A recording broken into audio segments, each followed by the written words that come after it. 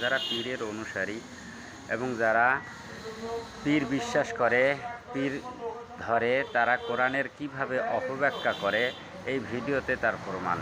সূরা কাহাফের 17 নম্বর আয়াতে আল্লাহ নাকি বলছে মানুষকে, মানব জাতিকে, যে তোমরা পীর ধরো, মুর্শেদ ধরো।